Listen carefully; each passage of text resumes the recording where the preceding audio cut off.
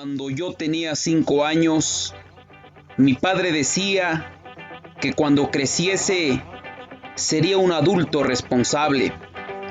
20 años después, él estaría molesto conmigo, pues no lo soy.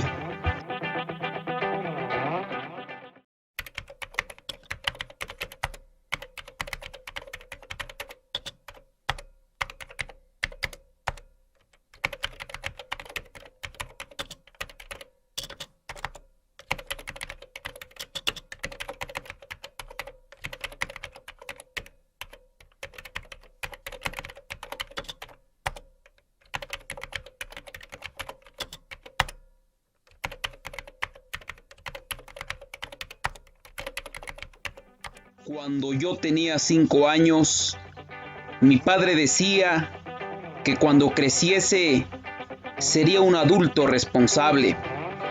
20 años después, él estaría molesto conmigo, pues no lo soy.